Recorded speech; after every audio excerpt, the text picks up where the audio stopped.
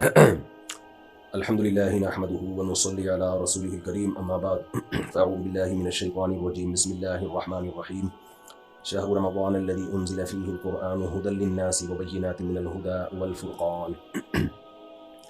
قرآن مجید کی ایک آیت تلاوت کی ہے، اللہ تعالیٰ سے دعا ہے اللہ تعالیٰ صحیح طرح سے بات کہنے کی، سننے کی، سمجھنے کی اور پھر عمل کی اللہ ہم سب کو توفیق عطا فرمائے۔ کافی پڑھا لکھا طبقہ اور بزنس کمیونٹی سے متعلق کچھ افراد یہاں بیٹھے ہوئے ہیں۔ جب ہم مسجد میں بیان کرتے ہیں تو ہر طرح کا کراؤڈ ہوتا ہے، لیکن جب اس طرح کی گیدرنگ ہوتی ہے تو سلیکٹڈ لوگ ہوتے ہیں۔ تو آپ کے سامنے میں کیا بات کروں، آپ کو سب پتہ ہے۔ دیکھیے مسئلہ یہ ہے، اس وقت آیت تو میں نے پڑھی ہے رمضان سے متعلق۔ قرآن مجید کہتا ہے رمضان وہ مہینہ ہے جس میں ہم نے قرآن کو نازل کیا، ھدی للناس وبینات من الہدی۔ یہ کتاب ایسی ہے جس میں لوگوں کے لیے گائیڈنس ہے۔ یہ جو گائیڈنس ہے نا، یہ بڑا امپورٹنٹ لفظ ہے انسان کی زندگی کے لیے۔ قرآن کا یہ دعویٰ ہے کہ ہدایت، جس کو انگلش میں ہم گائیڈنس کہتے ہیں، اردو میں رہنمائی کہتے ہیں، قرآن کا یہ دعویٰ ہے کہ یہ رہنمائی صرف قرآن کے پاس ہے، قرآن کے علاوہ کسی کے پاس گائیڈنس ہے ہی نہیں۔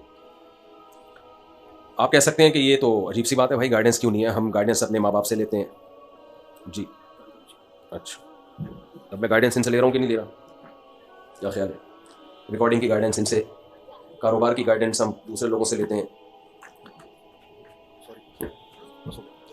اور آپ کی طبیعت خراب ہو جائے تو ڈاکٹر سے آپ ہدایت لیتے ہیں، رہنمائی لیتے ہیں۔ تو ہم تو زندگی کے بہت سارے شعبوں میں مختلف قسم کے لوگوں سے گائیڈنس لیتے رہتے ہیں۔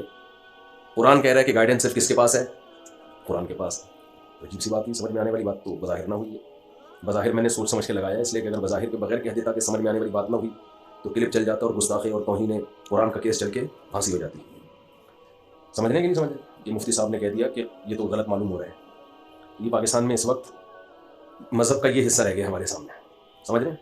مذہب اس چیز کا نام ہے، اڑا دو پھوڑ دو، کوئی پتھر سے نہ مارے میرے دیوانے کو، بم کا زمانہ اڑا دو سالے کو۔ سنا ہوگا نا آپ نے، کوئی حسن حاضر ہے محبت کی سزا پانے کو، اصل میں یوں تھا۔ میری عادت ہے چٹکلوں کی، میں باز نہیں آتا۔ محبوبہ نے کہا تھا پرانے زمانے میں کہ بھئی میرے حسن کی وجہ سے یہ مجھ پہ عاشق ہوا ہے تو سزا مجھے ملنی چاہیے، اس بیچارے کو کیوں مار رہے ہو؟ بھائی یہ ایگو ختم کریں، جیسے نارمل آواز ہے نا وہی رکھیں۔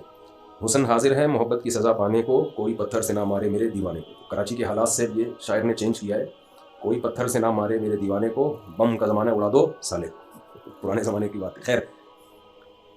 تو بھائی ہم تو مختلف زندگی کے شعبوں میں ہدایت ہم لیتے رہتے ہیں، لیکن قرآن کہہ رہا ہے کہ ہدایت اور گائیڈنس صرف کس کے پاس ہے؟ قرآن کے پاس۔ لیکن سوال پیدا ہوتا ہے، بظاہر قرآن میں تو کوئی گائیڈنس ہے ہی نہیں۔ آپ کا گلا خراب ہو، قرآن سے گائیڈنس ملے گی کیسے ٹھیک کرنا ہے؟ جواب، اگر آپ ابھی تو ٹھیک ہے نا، گلا خراب تو نہیں ہے، تو جواب دے دیں مجھے۔ بھائی سب کا گلا خراب ہے تو جواب نہ دیں، اگر گلا صحیح ہے تو جواب دے دیں۔ ہمیں قرآن سے پتہ چلتا ہے گلا کیسے ٹھیک ہوتا ہے؟ اگر قرآن سے پتہ چلتا ہوتا گلا کیسے ٹھیک ہوتا ہے تو میڈیکل کالجز میں قرآن پڑھایا جاتا۔ کیا خیال ہے؟ ENT اسپیشلسٹ بیٹھے ہوئے ہیں نا، کہاں گئے وہ کھڑے ہوئے، کہاں چلے گئے؟ تو آپ کی کڈنی میں کوئی مسئلہ ہے، کڈنی کو کیسے ٹھیک رکھنا ہے، ہم نے یہ گائیڈنس ہمیں ملتی ہے قرآن سے؟ نہیں ملتی۔ اگر ملتی تو گورا اپنی یونیورسٹیوں میں کیا پڑھاتا؟ قرآن پڑھاتا۔ پیسے آپ نے کیسے کمانے ہیں، یہ گائیڈنس ہمیں ملتی ہے قرآن سے؟ نہیں مل رہی بھائی ہمیں۔ اس کے لیے آپ کو تاجروں کے پاس اپنے بچوں کو بٹھاتے ہو، کبھی بھی بزنس سیکھنے کے لیے بچوں کو قاریوں کے پاس نہیں بٹھایا جاتا، مولاناؤں کے پاس بھی نہیں بٹھایا جاتا۔ لوگ مجھ سے پوچھ رہے ہوتے ہیں مفتی صاحب بزنس کا طریقہ بتا دیں، تو میں کہتا ہوں بھائی میں کوئی طریقہ بتا دیتا تو میں خود نہیں کر لیتا۔ ہم تو خود دوسروں پہ اعتماد کرتے ہیں بزنس کے معاملے میں۔ ہاں یہ ضرور بتا دیتا ہوں کہ کروڑوں میں کوئی ایک آدھ ہوتا ہے جس پہ اعتماد کیا جا سکے۔ تو ہم تو دیکھتے ہیں کہ ہمیں قرآن سے نہیں پتہ چل رہا، بھائی پیٹ خراب ہو جائے تو یہ گائیڈنس ہمیں نہیں مل رہی، سر میں درد ہو تو یہ گائیڈنس ہمیں نہیں مل رہی، بائک چلانے کا طریقہ نہیں مل رہا، گاڑی خراب ہو جائے تو انجن ٹھیک کرنے۔ تو قرآن کہہ رہا ہے گائیڈنس کس کے پاس ہے؟ قرآن کے پاس ہے۔ تو عجیب سی بات لگ رہی ہے یہ۔ دیکھیں گائیڈنس دو طرح کی ہوتی ہے، ہدایت یا گائیڈنس جسے ہم کہتے ہیں، جو ہماری زندگی کے سب سے امپورٹنٹ سوالات ہیں نا، جو ہمیشہ سے انسان حل کرنے میں لگا ہوا ہے، اس سوال کا جواب قرآن کہتا ہے میرے سوا کسی کے پاس نہیں۔ میں سمجھا پا رہا ہوں اپنی بات؟ دیکھیں جب بھی ہم بلوغت کی دہلیز پہ قدم رکھتے ہیں، دماغ استعمال کرنا شروع کرتے ہیں، ایک سوال ہمیں بار بار کلک کرتا ہے، لیکن ہم اس کو کچل دیتے ہیں، کہتے ہیں چھوڑو یار اس بحث میں نہیں پڑو۔ وہ سوال یہ کہ ہم کیوں ہیں، یہ سب کیوں سجایا گیا، یہ گلشن یہ انسان کو کیوں بنایا گیا, یہ کائنات کو کیوں ڈیزائن کیا گیا, یہ کیوں زمین سورج کے گرد گھوم رہی ہے, پھر سورج کہیں اور زمین کو لے کے گھوم رہا ہے, پھر یہ درخت, یہ پودے, یہ تتلیاں, یہ شیر, یہ چیتے, یہ لومڑیاں, یہ ظلم, یہ عدل, یہ رحم, یہ سخت دلی, سب چیزیں دنیا میں مکس چل رہی ہیں کہ نہیں چل رہی ہیں؟ تو یہ سب ہے کیوں؟ اس کی ریزن کیا ہے؟ ہماری زندگی کا سب سے امپورٹنٹ سوال یہ ہے, جسے ہم سائڈ پہ رکھ کے اپنی زندگی گزارتے ہیں. سائڈ پہ رکھنا اس لیے ضروری ہے کہ لائف کو انجوائے پوری طریقے سے انسان جب ہی کر سکتا ہے جب اس سوال میں پڑھنے کی ٹینشن نہ لے. وہ اگر آپ اس سوال کے جواب میں پڑھنے کی ٹینشن لیں گے تو بہت ساری پیچیدگیاں پھر زندگی میں کھڑی ہو جائیں گی کہ ہم کیوں ہیں. یہ سوال جو ہے نا, میں آسان سی مثال سے بات سمجھاتا ہوں. آپ کو کسی کمپنی نے پروجیکٹ دے کے امریکہ بھیجا بزنس کلاس میں, اس میں کچھ ڈاکٹرز بھی تھے, کچھ انجینئرس تھے, وہاں پہ بلڈنگ بنانی تھی. ڈاکٹروں کا کام یہ تھا کہ یہاں جو بیمار ہو جائیں گے تو وہ ٹھیک کرنا ہے آپ نے ان کو. جو سول انجینئر تھے میپ بنانا ہے, کچھ دوسرے انجینئر تھے انہیں یہ کرنا ہے وہ کرنا ہے. پورا پروجیکٹ دے کے پوری تیاری کر کے اور پیسے ویسے بھی آپ کی پینٹ میں ڈال دیے کہ وہاں کھاؤ پیو, کوئی ٹینشن نہ ہو. کام آپ کا کیا ہوگا, یہ پروجیکٹ ہمیں 1 سال میں کمپلیٹ کرنا ہے.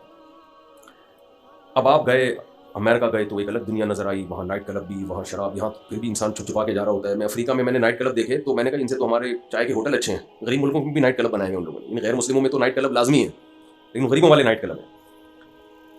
تو جہاں اسلام نہیں ہوگا تو نائٹ کلب زندگی کا حصہ, شراب کباب, کیونکہ پھر لائف کا مقصد انجوائمنٹ کے بغیر کچھ بچتا نہیں ہے.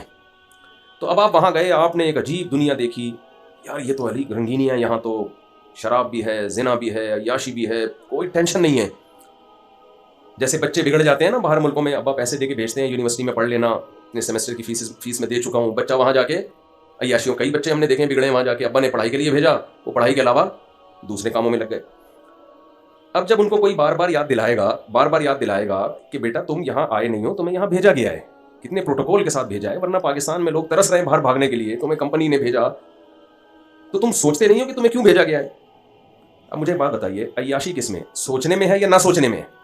نہ سوچنے میں مزے آ رہا ہے, چھوڑا یار دیکھیں گے, دیکھا جائے.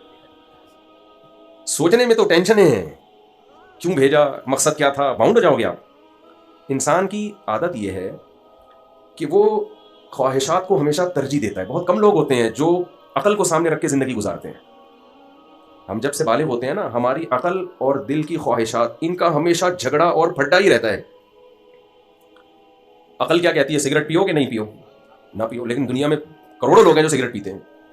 عقل کا کیا کہتی ہے, شراب ہونی چاہیے سوسائٹی میں کہ نہیں ہونی چاہیے. نہیں, باہر ملکوں میں آپ دیکھیں وہاں جو ایکسیڈنٹ ہوتے ہیں وہ اکثر شراب پی کے ہی ہوتے ہیں. لیکن دل کیا کہتا ہے, بھائی یہ سب چیزیں لیگل ہونی چاہیے. بہت ساری مثالیں ہیں. عقل کیا کہتی ہے, جس ماں باپ اور ماں نے تمہیں پالا تو بڑھاپے میں ان کو پالو یا اولڈ ہاؤس میں جمع کرا دو. جواب دینا, پالو نا. لیکن دل کیا کہتا ہے, گوروں کا دل, ہم تو کلچر کے میں باؤنڈ ہوئے ہیں نا تھوڑے سے ہم, ورنہ یہاں بھی دل یہی لوگوں کا کر رہا ہوتا ہے کہ ابا اولڈ ہاؤس میں ہی رہیں تو زیادہ اچھا. ان کا تو کلچر نہیں ہے تو وہ فوراً کہاں لے جاتے ہیں اس کو, ابا اماں کو, اولڈ ہاؤس میں. تو پوری زندگی ہماری عقل اور دل کے جھگڑوں میں گزرتی ہے.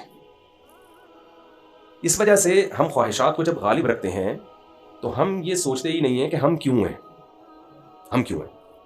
قرآن کا یہ دعویٰ ہے کہ انسان کیوں ہے, اس سوال کا جواب صرف کس کے پاس ہے, قرآن کے پاس. اور اللہ کہتا ہے یہ میرے علاوہ کسی کے پاس جواب ہو بھی نہیں سکتا, کیونکہ بھیجا میں نے. کمپنی جس نے آپ کو بھیجا ہو کسی پروجیکٹ کو دے کر, وہ کمپنی یاد دلائے گی کہ تو پیڑے کھا رہا ہے وہاں بیٹھ کے, بزنس کلاس میں ہم نے تمہیں بھیجا, وہاں تمہیں پروجیکٹ دے کے بھیجا, تم عیاشیوں میں لگ گئے. تو یہ بار بار یہ ٹینشن کس کو ہوگی, کمپنی کو ہوگی, آپ کو تھوڑی ہوگی. جس نے بھیجا ہے یہ ٹینشن اس کی ہے, وہ یاد دلائے گی کمپنی. آپ کے ابا نے آپ کو پڑھائی کے لیے بھیجا, آپ کا ٹکٹ کروایا, آپ کو بھاری بھرکم فیسیں بھری اور مستقبل کی امید پہ بیٹھ گئے کہ میرا بچہ پڑھ کر آئے گا تو یہ کرے گا وہ کرے گا. تو وہاں دوست آپ کو یاد دلائیں نہ دلائیں, ابا فون کر کے یاد دلائے گا. تو جو بھیجتا ہے نا, یہ اس کے ذمہ ہوتا ہے کہ وہ بتائے کہ میں نے کیوں بھیجا. تبھی ماضی میں وہ نعرہ لگا تھا نا, مجھے کیوں نکالا. تو میں جواب میں کہتا بھائی جس نے نکالا ہے اس سے پوچھو. ہم نے نکالا ہوگا تو ہم کہیں گے نا. جو کام کرتا ہے تو کام کرنے والے سے پوچھا جاتا ہے کہ آپ نے یہ کام کیوں کیا, جس نے کیا ہی نہ ہو. اکثر میں ایک چٹکلا سناتا ہوں, ایک بہت موٹے تازے آدمی کا انتقال ہو گیا. تو اب جنازے کو کندھا دینا بڑا مشکل تھا نا, بھاری تھا. تو اب اس کے بچے بول رہے ہیں بھائی کندھا دو, تو وہ کہہ رہے ہیں ہم نے تھوڑی مارا ہے, ہم کیوں کندھا دیں. تو جس نے کام کیا ہوتا ہے, کام کی ریزن اس سے پوچھی جاتی ہے. آپ نے بچوں کو لڑائی کرتے ہوئے دیکھا ہوگا, گھر میں کوئی چیز ٹوٹ جاتی ہے, ماں باپ ایک بچے کو بلاتے ہیں, بیٹا تم نے کیوں توڑا. وہ فوراً دوسرے پہ ڈالے گا, میں نے نہیں توڑا, اس نے توڑا ہے. وجہ کیا ہے, کیوں کا جواب وہ کنورٹ کر دیتا ہے کہ پہلے یہ ثابت ہو جائے نا کہ میں نے نہیں توڑا, تو پھر مجھ سے یہ سوال بنے گا ہی نہیں کہ کیوں توڑا. تبھی وہ دوسرے پہ ڈال رہے ہوتے ہیں اس نے توڑا ہے. تاکہ یہ سوال کہ کیوں توڑا یہ مجھ سے نہ پوچھا جائے، یہ کس سے پوچھا جائے؟ اس سے پوچھا جائے. تو جو کام کرتا ہے اس سے پوچھا جاتا ہے آپ نے یہ کام کیوں کیا. ہمارے ساتھ ایک مسئلہ یہ ہے، گلشن اقبال میں آپ لوگ رہتے ہیں، پڑھا لکھا علاقہ ہے، ایک اچھے لیول کے لوگ، سوسائٹی کے لوگ رہتے ہیں یہاں پہ. تو آپ لوگ کے ساتھ ایک بہت بڑا، سوری مجھے کہنا پڑ رہا ہے، ایک بہت بڑا مسئلہ پڑھے لکھے لوگوں کے ساتھ یہ ہے کہ جو ان پڑھ ہوتے ہیں نا، وہ تو کسی سوال کا جواب کسی سے پوچھتے ہی نہیں. پڑھے لکھے لوگ چونکہ انہوں نے کچھ دنیا پڑھی بھی ہوتی ہے تو وہ سمجھتے ہیں کہ جو ہم نے پڑھا ہے نا انہی کتابوں میں ہمیں ہر سوال کا جواب ملے گا. یہ بہت بڑی مسٹیک ہوتی ہے. آج کل یونیورسٹیوں میں لوگ سائنس سے بہت متاثر ہیں، گورے اسکالرز ہیں، ان کو پڑھتے رہتے ہیں، تو وہ سمجھتے ہیں ہر سوال کا جواب ہمیں یہاں سے ملے گا. یہ بات ہی غلط ہے بھائی. آپ کو بہت سارے سوال کا جواب یونیورسٹیوں سے ملے گا. آپ کو فزکس میں یہ جواب مل جائے گا کہ آپ کتنے کلومیٹر فی گھنٹہ کی اسپیڈ سے بھاگیں گے تو کتنی دیر کے بعد آپ کہاں ہوں گے. یہ اس سوال کا جواب آپ کو ملے. کون سے کیمیکل کو کون سے کیمیکل سے ملائیں گے تو کیا بنے گا، اس کا جواب آپ کو سائنسدان دیں گے. کیمسٹری کے جو سائنٹسٹ ہیں وہ آپ کو دیں گے. آپ کے پیٹ میں درد ہو تو کس قسم کا درد ہو تو کون سی دوا کھانے سے آپ کا وہ درد ٹھیک ہوگا، اس سوال کا جواب آپ کو سائنٹسٹ دیں گے. جو میڈیکل سائنس سے متعلق ہیں وہ جواب دیں گے. لیکن میرے بھائی ہم کیوں ہیں، یہ کائنات کیوں بنی ہے، تو یہ سائنسدانوں نے بنائی نہیں ہے، نہ ہمیں سائنسدانوں نے بنایا ہے، نہ اس کائنات کو سائنسدانوں نے بنایا ہے. سائنسدان یہ بتا سکتے ہیں کہ کیسے بنی ہے. دھماکہ ہوا تھا اور ڈھن ڈھن کر کے یوں ہو گیا تھا، بن گئی تھی. کس نے دھماکہ کیا، اس کے پیش نظر اس خوبصورت ترین دھماکے سے مقصد کیا تھا اس کا. کھربوں سال بغیر دھماکے کے بھی تو گزر ہی گئے تھے نا. کیا خیال ہے؟ سائنسدان بتاتے ہیں نا اتنے کھرب سال ہماری کائنات پرانی ہے، تو کائنات کی جو اسٹارٹنگ ہے وہ اتنے کھرب سال پہلے ہے. اس سے پہلے بھی تو کچھ ہوگا نا. اس کا تو ہمیں نہیں پتا وہ کھرب ہے عرب ہے کیا ہے، اس کا تو کوئی بتا ہی نہیں سکتا. تو اتنے عرصے تک تو کچھ بھی نہیں تھا. تو یہ کیوں ہوا دھماکہ، اور اتنا خوبصورت دھماکہ ہوا، اور ایسا خاندانی دھماکہ. کراچی میں تو دھماکے ہوتے ہیں اس سے تو تباہی بربادی ہو جاتی ہے. آپ دیکھ رہے ہیں جتنے بھی دنیا میں دھماکے ہوئے ہیں آج تک کوئی خوبصورت نظام اس دھماکے سے وجود میں آیا؟ اللہ نہ کرے، ڈر کے بھاگ نہیں جائیے گا، اللہ نہ کرے یہاں دھماکہ ہو جائے، مثال دے رہا ہوں. تو آپ کا کیا خیال ہے، اس بوتل کا ڈھکن اگر نیچے ہوگا تو اس دھماکے کے نتیجے میں یہ ہو سکتا ہے کہ دھڑام سے بوتل پہ آگے ہو جائے. یہ تو ہو سکتا ہے کہ ڈھکن اڑ کے دور گرے اور بوتل کا پانی باہر ہو جائے اور سب دائیں بائیں ہو جائے، سارا سیٹ اپ تباہ و برباد ہو جائے. ایسا نہیں ہو سکتا کہ ہم بوتلیں ادھر پڑی ہوئی ہوں، ڈھکن ادھر ادھر گرے ہوئے ہوں اور دھماکہ ہو اور یہ خوبصورت محفل جم جائے. تو ایسا دھماکہ نہیں. اور جو ماہرین ہیں وہ کہتے ہیں وہ جو بگ بینگ تھیوری ہے، یہ دھماکہ سیکنڈ کے کروڑواں حصے میں بھی اگر تھوڑا سا فرق ہو جاتا نا، معمولی سا، تو یہ اتنا خوبصورت نظام وجود میں نہیں آتا. اور یہ جو کہتے ہیں جو زمین وجود میں آئی، پھر زمین میں پانی، پھر پانی سے پھر زمین کا 23 ڈگری جھک جانا، یہ سب ایسی خوبصورت کیلکولیشن ہے کہ ان میں سے اگر کچھ بھی کوئی بھی چیز نہ ہوتی تو یہ سب کچھ نہ ہوتا. مثال کے طور پر زمین سورج سے تھوڑا اور دور ہو جاتی تو ٹیمپریچر اتنا ڈاؤن ہو جاتا کہ زندگی نہ ہوتی. تھوڑا سا قریب ہو جاتی تو ہم سب کے کباب بنے ہوئے ہوتے. کیا خیال ہے؟ اگر پیدا ہوتے، وہ تو ہوتے ہی نہیں پیدا، کباب بنے ہوئے ہوتے ہم سب. یعنی ایک ایک چیز انسانی حیات کے لیے سوٹیبل ہے، پرفیکٹ بالکل. پانی بھی، آکسیجن بھی، ٹیمپریچر بھی، پھر گریوٹی بھی، پھر چاند بھی. اگر چاند نہ ہوتا تو بھی بہت زمین آڑی ترچھی ہو جاتی ہے ہماری. 2 چاند ہوتے تو وہ زیادہ مسئلہ ہو زمین کو، جیسے کسی کی جڑواں بچے ہو جائے نا بچے سنبھالنے کا تجربہ نہ ہو اور جڑواں ہو جائے. تو اتنی بہترین کیلکولیشن جو زندگی کے لیے ضروری تھی. اچھا میں نے ایک دفعہ اس پہ بیان کیا کہ بھائی دیکھو یہ کچھ نہ ہوتا تو زندگی نہ ہوتی. تو ایک ایتھیسٹ نے اس پہ اعتراض کیا، بھائی ہم نہیں ہوتے کوئی اور مخلوق ہوتی، ہم نہیں ہوتے تو ایسی مخلوق ہوتی جو کچھ اور ہوتی. بھائی تو پھر ہے کیوں نہیں؟ کسی اور سیارے پہ ایسی کوئی مخلوق ہے کیوں نہیں؟ یعنی ان کا مقصد یہ تھا کہ یہ انسان کے لحاظ سے یہ سب انوائرمنٹ نہیں بنی ہے، انوائرمنٹ کی وجہ سے انسان بنا ہے. یعنی یہ والی انوائرمنٹ نہ ہوتی تو کوئی اور مخلوق بن جاتی. ایسا نہیں ہے. وَجَعَلْنَا مِنَ الْمَاءِ كُلَّ شَيْءٍ حَيٍّ، قرآن کہتے ہیں ہم نے ہر جاندار چیز کو کس سے بنایا؟ پانی سے. تو پانی سے ہر جاندار چیز کو ہم نے بنایا ہے. تو یہ انوائرمنٹ حیات کے لیے ضروری نہیں، انتہائی ضروری تھی. یہ کیلکولیشن آٹومیٹیکلی کسی حادثے کا نتیجہ بولیں نہیں ہو سکتی. پھر کتنی چیزوں کو آپ حسن اتفاق سے مانو گے؟ ہم کہتے ہیں بھائی حسن اتفاق ہے، کیسا ہو گیا؟ یوں ایک سیل بنا، پھر یہ ہوا، پھر یہ ہوا، پھر یہ ہوا، وغیرہ وغیرہ. وہ تو پورا لمبا چوڑا سیٹ اپ ہے ان کے پاس. یہ بار بار نہ ہلیں جلیں نہیں، پھر مجھے بہت ڈسٹربنس ہو رہی ہے. ہاں جی. تو یہ کہتے ہیں نا حسن اتفاق سے یہ سب کچھ ہو گیا. میں اکثر اس کی ایک مثال دیتا ہوں. حسن اتفاق سے یہ تو ہوتا ہے کہ آپ نے کسی سے کروڑوں روپے قرض لیا تھا اور بھاگے آپ جس بس میں چڑھے اتفاق سے وہ بھی اسی بس میں تھا. آپ نے مکان علاقہ چھوڑ کے کہیں اور گئے، پتہ چلا پڑوس میں بھی. یعنی قبح اتفاقات تو بہت ہوتے ہیں، ایسے حسن اتفاق نہیں ہوتے کہ آپ نے کسی سے 1 کروڑ روپے لیے، جیسے ہی لیے اس کا انتقال ہو گیا، وہ آپ کے ہو گئے 1 کروڑ. پھر آپ نے اس سے 1 کروڑ روپے قرضہ لیا، اگلے دن جس سے قرضہ لو ساری دنیا مر جائے گی، وہ نہیں مرتا. وہ نہیں مرے گا. یہ تو خیر ایک سمجھانے کے لیے مثال دے رہا ہوں. تو لا آف چانس, کچھ چیزیں بائی چانس ہو جاتی ہیں نا. تو یہ کیسی بائی چانس کچھ چیزیں ہو گئی ہیں کہ ایک سیل وجود میں آیا جس کی جو ترکیب ہے اتنی پیچیدہ ہے کہ کروڑوں سال میں جا کے اس بات کا سائنسدان کہتے ہیں امکان ہے کہ شاید کوئی ایسا سیل بن جائے, جبکہ بے شمار سائنسدان اس کا انکار کر رہے ہیں کہ کھربوں سال میں بھی نہیں بن سکتا. چلو فرض کر لیا اتفاق, حسن اتفاق سے ایک بن گیا. پھر حسن اتفاق سے اس میں ایسے سافٹ ویئر انسٹال ہو گئے کہ وہ 1 کے 2 بھی ہو رہا ہے, 2 کے 4 بھی ہو رہے ہیں. پھر حسن اتفاق سے, اتنی اردو تو آتی ہے نا, حسن تو سمجھتے ہی ہوں گے سب لوگ, اتفاق رہ گیا. تو کہ وہ پانی میں ایک مخلوق وجود میں آ گئی. پھر وہ مخلوق باہر جھانکتی تھی, ایک دن اس نے نکل کے باہر آنا سیکھا تو باہر کے انوائرمنٹ سے متاثر ہوئی, تو باہر کے انوائرمنٹ سے متاثر ہو کر پھر وہ باہر انجوائے کرنے لگی. اس کی سارا باڈی کروڑوں سال میں باہر کے حساب سے ہو گئی. پھر وہ بھائی بس کر دو, نہیں ہو سکتا ایسا. کیسی یہ کیلکولیشن ہے. پھر نر مادہ کیسے بن گئے, مرد اور عورت کیسے بن گئے. اور نر اور مادہ کا ملاپ اولاد پیدا کرنے کے لیے نہیں ہوتا. فطرت نے ان کے دل میں مرد اور عورت میں یا نر اور مادہ میں اٹریکشن کسی اور, ان کا کوئی اور مقصد ہوتا ہے. اس سے ریزلٹ فطرت لے رہی ہوتی ہے گروتھ کا, نسل بڑھانے کا, جو بالکل دونوں ایک دوسرے سے کیا ہے, ڈفرینٹ ہیں. یعنی کوئی جنگل میں پیدا ہونا اور اس کو بتایا جائے کہ تمہاری جو فیمیل کی طرف رغبت پیدا ہو رہی ہے اس کا ریزلٹ یہ ہوگا کہ نسل بڑھے گی, وہ کبھی بھی نہیں مانے گا اس کو. وہ کہے گا اس کا نسل سے کیا تعلق ہے. لیکن فطرت کیا کرتی ہے, نیچر کیا کرتی ہے, جانوروں میں بھی اس نے یہ جذبہ رکھا کہ اس کا ریزلٹ بالکل ایک ڈفرینٹ ہے اور ان کا مقصد بالکل ایک الگ مقصد ہوتا ہے. اپنی خواہش بھوک مٹانا ہوتا ہے. اس بھوک کے ذریعے کام کیا ہو رہا ہے, بالکل ایک الگ نسل کی حفاظت کی جا رہی ہے. تو آپ کتنی چیزوں کو اتفاق سے مانو گے بھائی. اور آنکھیں یہاں جڑ گئیں, کان یہاں لگ گئے, زبان یہاں لگ گئی. زبان میں ایسے سینسر کہ آپ 20 ذائقے محسوس کر. میں بار بار ایک چیز بیان میں کہتا ہوں کہ ہمارا دماغ دیکھتا ہے, ہمارا دماغ سنتا ہے, ہمارا دماغ بولتا ہے, ہمارا دماغ سونگھتا ہے, ہمارا دماغ ہر چیز کا احساس دلاتا ہے. لیکن اس کے پاس انسٹرومنٹ نہیں تھے دیکھنے کے لیے. تو قدرت نے دماغ کو 2 ڈیجیٹل کیمرے دے دیے. دیکھنے کا جب تمہارا دل کرے تو تمہیں یہ آلات ہیں. جیسے کسی ڈاکٹر کو آپ انسٹرومنٹ پکڑا دیتے ہیں کہ مریض کا گلا چیک کرنا ہے تو یہ دانت چیک کرنے ہیں, الٹرا ساؤنڈ کی یہ مشین ہے. تو ڈاکٹر انسٹرومنٹ کے بغیر, آلات کے بغیر وہ بیچارہ ناکارہ ہے نا. تو ہمارا دماغ جو خود ایک انتہائی پیچیدہ مشین ہے, ڈاکٹر صاحب بیٹھے ہوئے وہی بتائیں گے کہ اتنی باریک باریک اس میں لائنیں جو بلڈ کو سرکولیٹ کر کے پورے دماغ میں, وہ زمین پہ کہتے ہیں 2-3 دفعہ چکر لگا دو, وہ پورا پائپوں کا گچھا بنا کے کھوپڑی میں فٹ کر دیا ہے. یہ کھربوں سال میں بھی بھائی حسن اتفاق سے ایسا نہیں ہو سکتا. تو یہ کیسا کنیکشن ہے اس کا. اس دماغ کو دیکھنے کے لیے کیمرے چاہیے تھے, تو قدرت نے 2 کیمرے آپ کی کھوپڑی میں فٹ کر دیے اور ان کے لینس کو ایسے ایڈجسٹ کر دیا اتنا, یعنی 0.1 ملی میٹر بھی اگر دونوں آنکھوں کے فاصلے دائیں بائیں ہو جائیں تو ہمیں صحیح نظر نہیں آئے گا. صحیح نا, ان کے لینس کی ایڈجسٹمنٹ ایسی بہترین طریقے سے کر دی ہے. 40 سال کے بعد نظر کمزور ہوتی ہے نا, وہ لینس کی ایڈجسٹمنٹ تھوڑی سی آؤٹ ہو جاتی ہے, ذرا سی آؤٹ ہوتی ہے وہ. تو بھائی یہ کیا ہے, یہ کیسے اتنے خاندانی سافٹ ویئر. پھر دماغ کو سننے کے لیے کان چاہیے تھے تو کھوپڑی میں کیا فٹ کر دیے, کان. سونگنے کے لیے ناک چاہیے تھی, اور یہ ایک ہی کھوپڑی میں سب چیزیں کیوں فٹ ہو رہی ہیں, کیونکہ ایک اچھی لائف گزارنے کے لیے یہ سارے حواس کی ہمیں ضرورت ہے.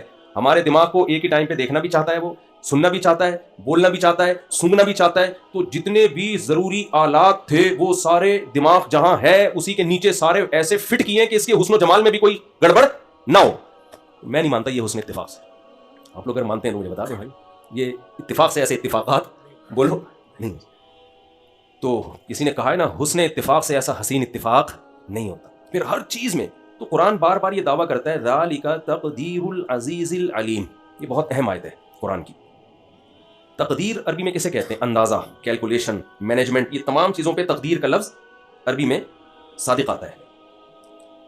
یعنی جو چیز اتفاق سے ہونا, جو بے تکی ہو, اس کی جو اپوزٹ ہے وہ کیا ہے, تقدیر, یعنی مقدر. ایک کیلکولیشن کے ساتھ کسی چیز کو ایڈجسٹ کرنا. ان تمام معنوں میں عربی کا یہ لفظ استعمال ہوتا ہے جسے ہم کیا کہتے ہیں, تقدیر.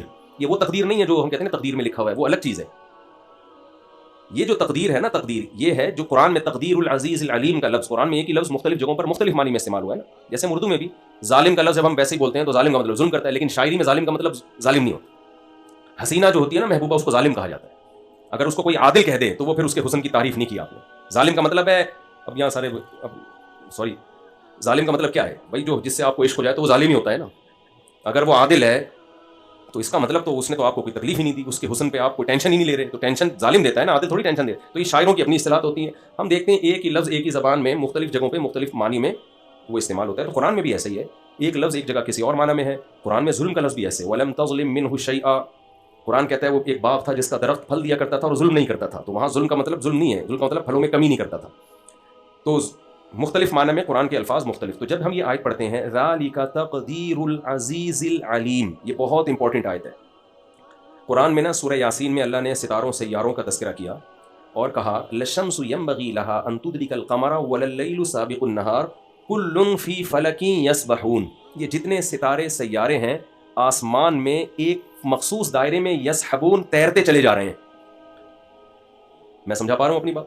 یہ جو نظام ہے نا پورا, یہ تیر رہے ہیں. حالانکہ پانی تھوڑی ہے جو تیر رہے ہوں گے. تیرنے کا لفظ اسموتھلی بالکل, یعنی ایسا نہیں ہے کوئی اسپیڈ بریکر آ رہا ہو یا کوئی تھوڑا سا یوں ہل گئے ہوں, آگے ہوائیں تیز آئی ہوں تو یوں ہو گئے ہوں. بالکل جیسے کوئی سوئمر بہترین تیرتا ہوا جا رہا ہوتا ہے, بالکل ایسے ہی یہ سب کے سب ایک مخصوص دائرے میں تیر رہے ہیں. تو قرآن نے یہ دعویٰ کر کے کہا یہ حسن اتفاق نہیں ہے, یہ خود بخود نہیں ہوا. ذالک تقدیر, یہ مینجمنٹ ہے, کیلکولیشن ہے.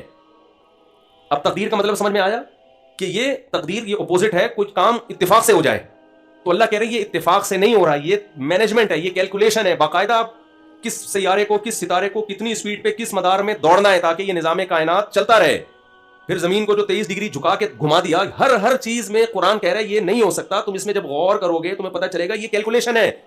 اور قرآن پھر آگے یہ دعویٰ کر رہا ہے یہ کیلکولیشن بھی کسی معمولی ذات کی طرف سے نہیں ہے. جب تم اس میں غور کرو گے تمہارے سامنے 3 چیزیں نکل کے آئیں گی. ہم جب کائنات میں غور کرتے ہیں نا تو ہم یہاں تک غور کرتے ہیں کہ یہ بوتل کیسے بنی اور اس پہ ڈھکن کیسے لگا اور اس کے اندر کیا ہے. اس سے آگے نہیں جاتے کہ یار اس کو کس کمپنی نے بنایا. دنیا میں تو ہم چلے جاتے ہیں, یعنی دنیا میں تو ہم چلے جاتے ہیں اس کو کس کمپنی نے بنایا اور کیوں بنایا وغیرہ وغیرہ. لیکن جب ہم اس کائنات میں غور و فکر کرتے ہیں تو کیسے بنی اس میں تو غور ہوتا ہے. بنانے والا کون ہے اور اس کی کیا صفات ہو سکتی ہیں, اس سوال کو ایسے پی جاتے ہیں جیسے آپ دوسری شادی کرتے ہوئے پکڑے جائیں اور بیگم آپ سے پوچھ لے کہ میں نے سنا کہ آپ نے کر لی, تو آپ کی حالت کیا ہوتی ہے؟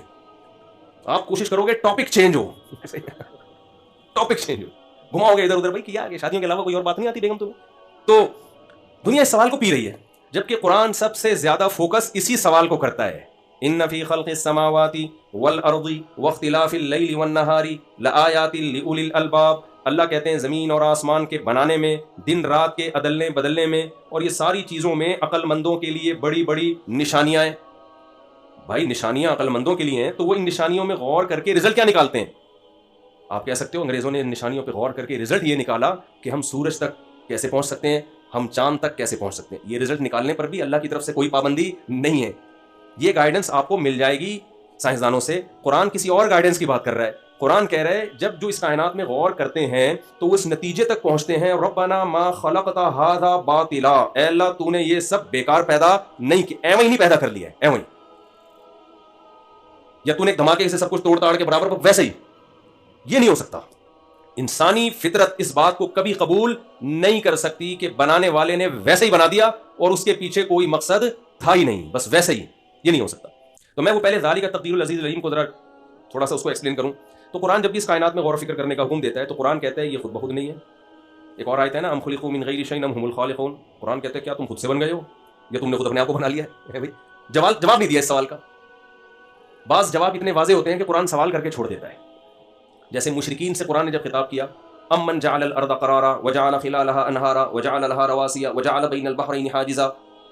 یہ جو بتوں کو پوچھتے ہیں نا قرآن ان سے خطاب کرتا ہے بھلا جس نے زمین کو جائے قرار بنا دیا, جس نے زمین کے درمیان پانی جاری کر دیا, جس نے زمین میں پہاڑ گاڑ دیے اور میٹھے اور کھارے پانی کو ایک ساتھ چلا دیا, الہ مع اللہ, اس کے علاوہ کوئی اور عبادت کے لائق ہو سکتا ہے؟ آگے جواب نہیں دیا.